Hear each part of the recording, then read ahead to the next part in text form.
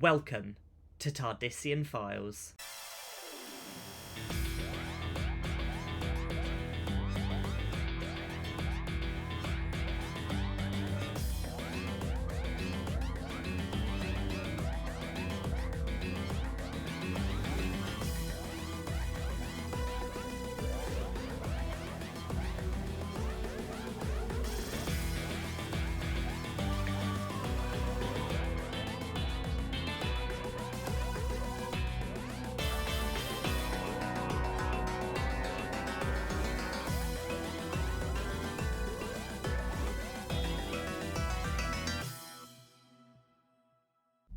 Hello listeners!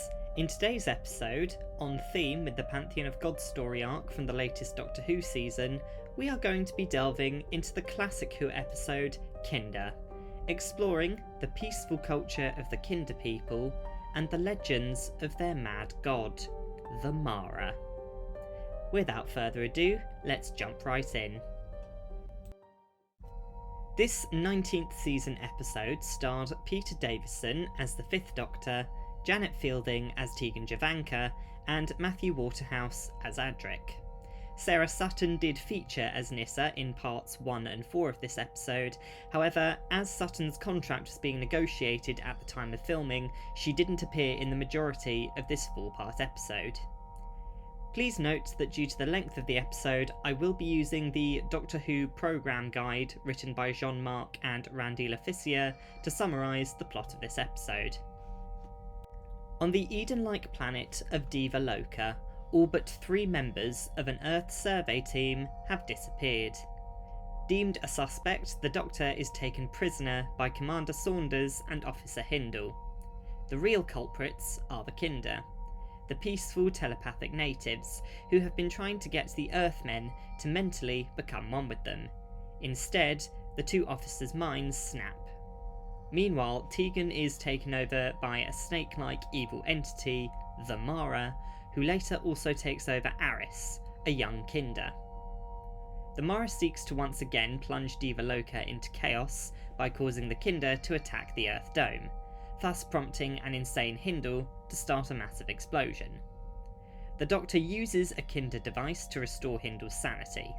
He then defeats the Mara by trapping it inside a circle of mirrors and banishing it. Deva Loka is classified as unsuitable for colonisation. This is a heavily abstracted summary, but it picks out the key points of the plot nicely. Deva Loka is a world that is of colonial interest to Earth, which has apparently become vastly overpopulated. And so, an Earth force has arrived to survey the planet for colonisation. Their arrival coincides with the Doctor and his crew, all the while the Kinder's wise woman is made uneasy by both parties' presence, as it appears to be all reminiscent of a Kinder doomsday prophecy, the story of the Mara. Panna's fears are realised when Tegan ends up going into a trance when the Doctor and Adric unwittingly trigger a chromatic structure built by the Kinder to induce group dreaming. Unfortunately, as Tegan is dreaming alone, this makes her vulnerable to the Mara, a being the Kinder fear as a Satan-like god. With the Mara now loose, it eventually changes host, taking over a Kinder man named Aris, who wishes to free the hostages the humans took for psychological assessment. A possessed Aris begins to command obedience in his fellow Kinder, temporarily making them forego their pacifist nature, and causes them to mount an uprising against the humans at the Dome. Had the Mara not been stopped, it would have plunged Deva Loka into a perceived apocalypse by the Kinder. However, the Doctor was able to combine mysticism with logic to realise that the Mara, a metaphysical being, is bound by the rules of faith and the dichotomy of good and evil. The one thing evil cannot face is itself. And thus, this is why the Circle of Mirrors is enough to exorcise Aris and separate him from the Mara. The Mara was stuck in an endless loop of itself, causing it to flee the earthly plane back to the dark places on the inside. The human sanity is restored and they deem Deva Loka unfit for colonisation, though the men opt to stay and adopt the Kinder's way of life as the Doctor and his friends depart. However, this would not be the last time the Doctor, or Tegan, would encounter the Mara. But that's a story for another review. Starting with the pros, there were many aspects of this episode, from world building to individual characters, which really made this episode both interesting and fairly unique for this season of Doctor Who. First of all, this episode builds a lot of lore surrounding the Mara, while still leaving enough room for further development, making way for the Mara's eventual return in the episode Snake Dance in the following season. The episode also draws a lot of inspiration from Buddhism, with the names of the Kinder characters, as well as the concept of the Mara being a deity that represents sinfulness and temptation. The episode also has obvious parallels with Christianity, with imagery such as apples, a garden paradise, and a snake entering the garden and tempting first a woman and then a man, as well as the doomsday clock. All the while spinning these basic storyline concepts, which the audience will all recognise, into a fully fledged episode in its own right. The inclusion of this religious imagery is used expertly in the episode because by integrating these familiar religious concepts into the culture of the Kinder and into the storyline, it makes the Mara even more threatening, because the audience can draw these parallels and recognise these depictions of evil without having to think too much of it. Additionally, this episode clearly has strong criticisms of Britain's colonial past, with the obvious references being Mr. Saunders, who dresses like a stereotypical late 19th century colonist with a big broad chest and a large moustache, as well as his and Mr. Hindle's attitude towards the Kinder, regarding them as savages. This clashes with Dr. Todd's scientific assessment of the Kinder, as she draws the complete opposite conclusions about the Kinder simply by observing their behaviour and comparing it to what she knew about other cultures, including Earth's own cultural past. As a biologist myself who studied evolution for 3 years, including the evolution of culture, this made me like Dr. Todd especially, because it showed her, the scientist, to be more open-minded compared to the militaristic Saunders and Hindle. I found it fairly ironic when put into the context of colonialism, since European colonisation was often a nation's response to discoveries of scientific expeditions to unknown regions, where scientists would often conclude that the locals were primitive compared to themselves. Dr. Todd, on the other hand, is not so snobbish, and because of this we can see that the Kinder are actually quite an advanced people, just with a simplistic way of life.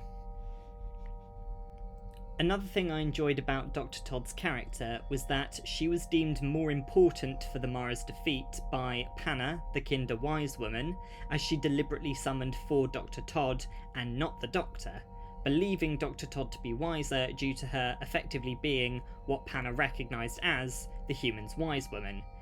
This I personally liked, because in this episode the Doctor was very much out of his depth, whereas Dr. Todd was the expert on the Kinder. And even though he was the one who saved the day, he would not have been able to have done it without the strong guidance from Dr. Todd and the wise women of Deva Loka. So this episode had some strong heroines in it, and I'm very glad to see that they were written to be pivotal for the plot. This transitions nicely into the next pro, which is the Kinder. Not only are they a great analogy for various indigenous peoples, educating the audience on common cultural constants, such as the use of humour to de-escalate conflicts, but they also turn social norms of the 1980s on their heads. The Kinder are a matriarchy, led by wise women. Kindermen are culturally mute, although it is implied that they have the ability to speak and they just culturally don't speak. And despite appearing primitive, they are experts at peacekeeping and living off the lands of Deva Loka, as well as having an understanding of molecular biology such as DNA, implying that they understand the science that governs the world that they live in. That said, they are still recognisably alien, despite being humanoid, given their telepathic abilities and shy nature, making them appear to be fairly secretive. They're a fun thought experiment because they've challenged social norms at the time, and they showed that civilization can still be advanced, even with familiar social conventions missing or inverted. The plot itself also does very well to divide the TARDIS crew, which is important for the plot because while the Doctor and Adric are held captive by the demented humans at the base, Tegan is left vulnerable to the Mara, and Nyssa is sleeping in the TARDIS, as Deva Loka is being overrun by both mad humans and the Mara, and throwing the Doctor into the thick of it. For the most part of the episode, he's not entirely aware of just how much danger Deva Loka is in with the Mara on the loose. However, this episode was not without its flaws. The first and most obvious con was the length. This episode was far too long, with far too many subplots. If this episode was produced today, it would be something that would be written as a singular episode, if not a two-parter. However, because Classic Who was restrained to a 25-minute time slot back in the day, the writing did suffer a lot. Had they cut back on some of the filler, the episode would have likely been a two-parter. Because of this, however, they had to flesh out the storyline, which meant that the delirium that had overran Hindle and Saunders effectively became its own separate subplot, which the episode did not benefit from at all. In my opinion, it just kind of got annoying after a while. If they had to include the delirium, the two men's descent into childlike madness should have been much faster and much less theatrical. Additionally, while the Mara was creepy and elusive, that feeling didn't really penetrate the fourth wall for the most part, because so much of its lore wasn't explained until the third part of the episode and the first quarter of the fourth part. And by that point, while I was watching it, despite knowing how the episode would end, I was so ready for the episode to end that I wasn't really engaging with the Mara's storyline at that point. Personally, I feel like the Mara was kept too vague, effectively getting sidetracked by other subplots in its own debut episode. And my biggest gripe is that Deva Loka isn't even the Mara's planet of origin. That title goes to Manusa. So, knowing that, I'm left wondering why the Mara decided to embed itself into the Kinder's culture rather than try and break back into the universe on its own homeworld, which it eventually tried to do in Snake Dance. Though this could have easily been explained by the Kinder's constant dreamwalking and meditations, which is how the Mara got into contact with the Kinder as they stumbled upon the realm it was trapped in by mistake. Finally, the childish bickering between Adric and Tegan in the fourth episode I felt was just a bit unnecessary. It made Adric come across as extremely petty when he had actually been very helpful throughout the episode. However, this scene shows him to chide Tegan for bringing the Mara into the waking world when he knew full well that it wasn't her fault.